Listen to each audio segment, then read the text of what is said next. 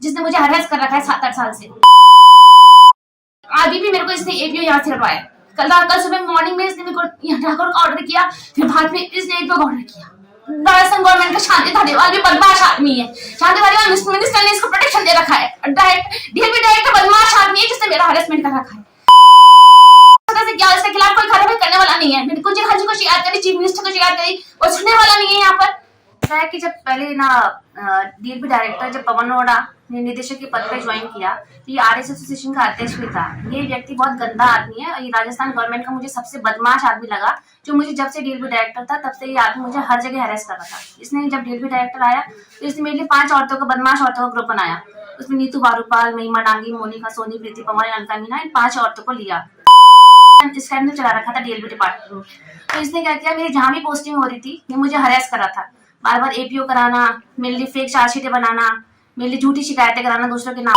औरतें क्या SC ST की थी। ये महिमा डांगी है जो निवाई में ईओ है, जो एससी की है, और इस महिला को ये मेरे पीछे लगा के रखता था क्योंकि ये एससी की और इसी महिला के संबंध जो है इस पवन अरोड़ा से थे, इसकी शादी से पूर्व से। तो ये औरत क्या है, मेरे जहां भी मेरी पोस्टिंग होती थी वहां मेरे को हटा करके इस औरत को लगाता था। ये मुझे 400 से इसने एपीओ किया, वहां पर इसने इसको लगाया।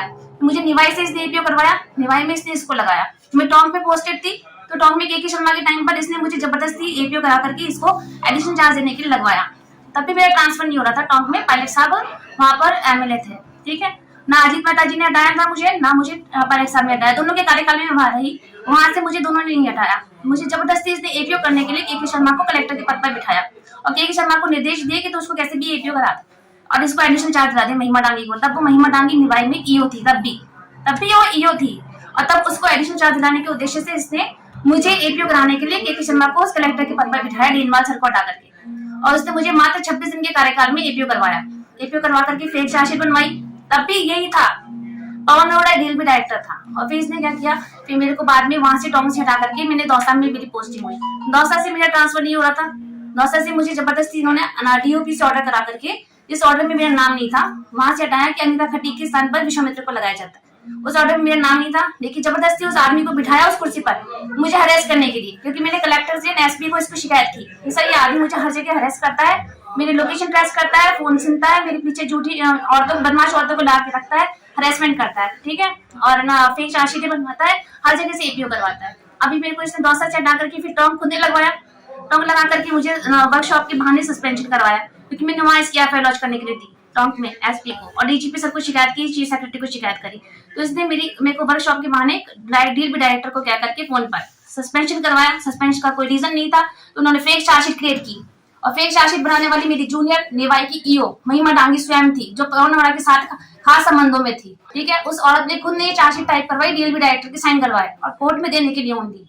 सिर्फ कोर्ट में देने के लिए चार्जशीट बनाई गई क्योंकि कोई कोर्ट में देने का कोई रीजन नहीं था सस्पेंशन, ठीक है। सस्पेंशन का देने का कोई रीजन नहीं था तो उन्होंने मुझे सस्पेंड किया और कोर्ट में एक झूठा दस्तावेज पेश किया 16 सीसी की चार्जशीट बना करके। और फिर मैंने कोर्ट से ऑर्डर करवाया रिवोकेशन का, और कि आप इसको रिवोक करेंगे और इसके बाद अगर आपके पास कोई रीजन है, कोई रिकॉर्ड है तो आप सुनवाई करेंगे। डायरेक्टर के पास कोई रीजन नहीं था तो इसने पहले फिर भी डायरेक्टर ने पहले एक ऑर्डर निकाला मेरे लिए कि इसको सस्पेंशन से बहाल करते हुए प्रतापगढ़ लगाया जाता है और जांच को विचाराधीन रखा जाता है।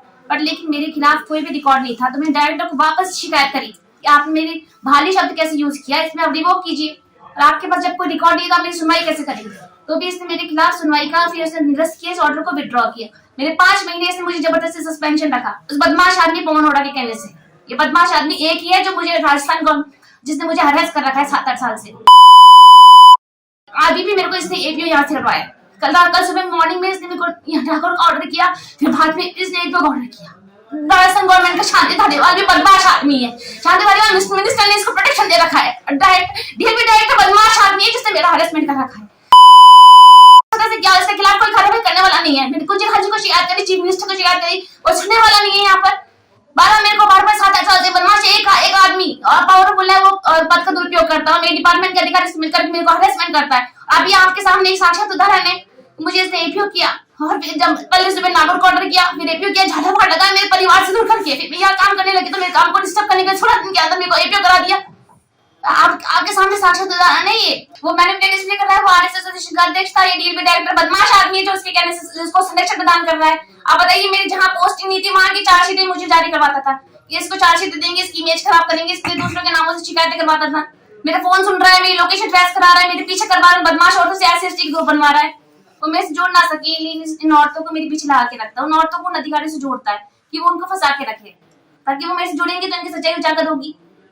तो ये ना मेरी इस सच्चाई को उजागर होने से बचाने के लिए ये सारी हरकतें करता है, फेक न्यूज लगाना, फेक वीडियो बनाना, फेक आईडी बनाना, फेक मैसेजेस बनाना, मेरी लोकेशन ट्रेस करना, हैकिंग करना, झूठे मैसेजेस बना देगा, है ना, फेक चार्जशीटें बना देगा, डिपार्टमेंट से मिलकर करता है। और ये पहला डायरेक्टर है, डीएलपी डायरेक्टर हितेश कुमार शर्मा, इसने इसको इस कृत्य में